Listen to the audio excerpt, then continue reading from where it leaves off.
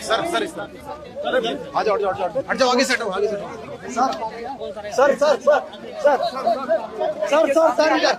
Sir इधर।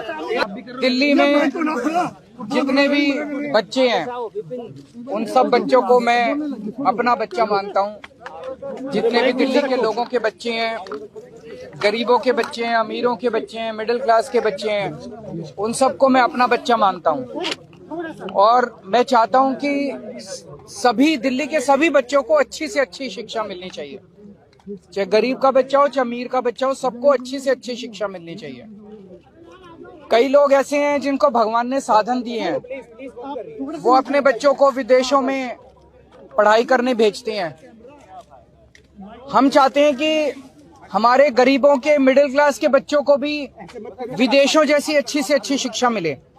अब सब बच्चे तो विदेश जा नहीं सकते, तो हमने दिल्ली में स्कूल अच्छे कर दिए। अब हम अपने सरकारी स्कूलों के टीचर्स को विदेशों में ट्रेनिंग के लिए भेज रहे हैं। वो वहां पे दुनिया की बेस्ट ट्रेनिंग लेके आएंगे। हम उन्हें फिनलैंड भेज रहे हैं। फिनलैंड दुनिया का वो देश माना जाता है जहां दुनिया में सबसे अच्छी शिक्षा फिनलैंड में दी जाती है। तो हम दिल्ली के सरकारी स्कूलों के टीचर्स को फिनलैंड भेज रहे हैं, वहां से वो ट्रेनिंग लेके आए और हमारे सरकारी स्कूलों में हमारे बच्चों को शिक्षा दें। अभी तक 1000 से ज्यादा टीचर्स की और प्रिंसिपल्स की हम विदेशों में ट्रेनिंग करा चुके हैं। अब लगभग 30 के करीब ऐसे टीचर्स या प्रिंसिपल्स को फिनलैंड भेजना था हमें। एलजी साहब ने ऑर्डर कर दिया कि ये फिनलैंड नहीं जाएंगे और देखो अगर इनको इंडिया में ही कहीं ट्रेनिंग करा दो। ये तो ठीक नहीं है, ये तो बिल्कुल गलत है। एलजी साहब को क्या प्रॉब्लम है? दिल्ली के लोगों की चुनी हुई सरकार, दिल्ली के बच्चे, दिल्ली के लोगों का टैक्स का पैसा, दिल्ली के लोगों के पैसे से उनको टीचर्स को ट्रेनिंग के लिए भेज रहे हैं। एलजी साहब क्यों रोक रहे हैं? एलजी साहब रोकने वाले कौन होते हैं? एलजी साहब क्यों रोक रहे हैं टीचर्स की ट्रेनिंग को? मुझे बहुत ज्यादा दुख हुआ इस बात से कि एलजी साहब दिल्ली के लोगों की बच्चों को अच्छी शिक्षा नहीं दिलवाना चाहते। मैं आपको सुप्रीम कोर्ट पकड़ना एक बार, मैं सुप्रीम कोर्ट का ऑर्डर लेके आया हूं। ये सुप्रीम कोर्ट का ऑर्डर है, ये देखो, सारे जने कैमरे पे दिखा दो, ये सुप्रीम कोर्ट का ऑर्डर है। इस ऑर्डर में लिखा है, सुप्रीम कोर्ट ने 4 जुलाई 2018 को बोला था, lieutenant governor of Delhi has not been interested with any independent decision making power. ये देखो, इसमें क्या है, ये सुप्रीम कोर्ट ने कहा है लेफ्टिनेंट गवर्नर को कोई भी स्वतंत्र निर्णय लेने का अधिकार नहीं है। ये 2 बार लिखा, उनको पता था एलजी एक बार में नहीं मानेंगे। एक तो उन्होंने 284 नंबर पैराग्राफ में लिखा और एक उन्होंने 475 नंबर पैराग्राफ में फिर लिखा सुप्रीम कोर्ट ने, there is no independent authority vested in lieutenant governor to take decision. इसमें लिखा हुआ है कि लेफ्टिनेंट गवर्नर स्वतंत्र रूप से कोई निर्णय नहीं ले सकते। सुप्रीम कोर्ट कह रहा है कि लेफ्टिनेंट गवर्नर स्वतंत्र रूप से कोई निर्णय नहीं ले सकते। फिर लेफ्टिनेंट गवर्नर साहब फिनलैंड की शिक्षकों की ट्रेनिंग को रोकने वाले कौन होते हैं? वो क्यों रोक रहे हैं?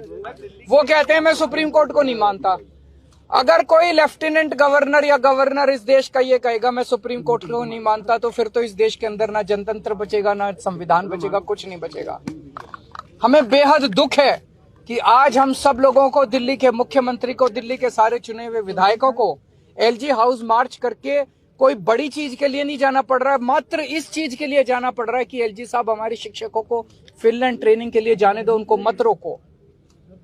अगर दिल्ली का चुनाव हुआ, दिल्ली के 2 करोड़ लोगों ने वोट डाल के अपने मुख्यमंत्री को चुना, 70 में से 62 सीट दी, वो मुख्यमंत्री अगर अपने शिक्षकों को फिनलैंड ट्रेनिंग नहीं भेज सकता तो फिर क्या फायदा है ऐसे चुनाव का और क्या फायदा है जनतंत्र का?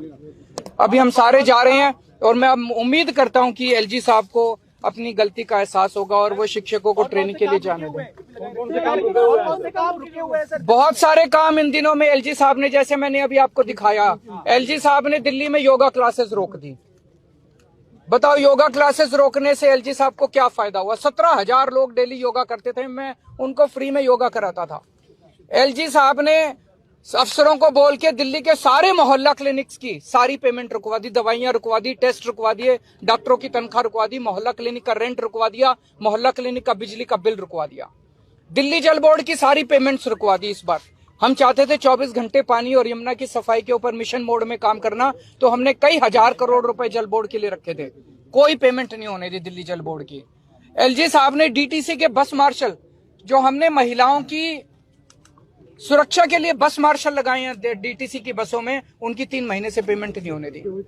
पता नहीं कितने सारे काम एलजी साहब ने रोक दिए। तो ये सुप्रीम कोर्ट के ऑर्डर की कोई वैल्यू ही नहीं है। सुप्रीम कोर्ट कह रहा है एलजी साहब कोई एक्शन नहीं ले सकते, कोई स्वतंत्र रूप से निर्णय नहीं ले सकते, तो फिर एलजी साहब ये सारे काम कैसे रुकवा सकते हैं? सरकार से क्या मांगे आपकी? अभी एलजी साहब के पास जा रहे हैं और मैं उम्मीद करता हूं कि एलजी साहब सुप्रीम कोर्ट, मेरी अपील एलजी साहब से एक ही अपील है, संविधान को माने, सुप्रीम कोर्ट के ऑर्डर को माने। जब मैं परसों मिला, कहते हैं ये सुप्रीम कोर्ट की राय है। मैं एलजी साहब से कहूंगा एक अच्छा एडवाइजर रखें जो संविधान समझता हो और जो कॉन्स्टिट्यूशन और सुप्रीम कोर्ट को समझता हो। एलजी, सुप्रीम कोर्ट के ऑर्डर सुप्रीम कोर्ट की राय नहीं होती है। सुप्रीम कोर्ट के ऑर्डर सबके ऊपर बाध्य होते हैं, बाइंडिंग होते हैं। सीधे यहीं से चल रहे हैं।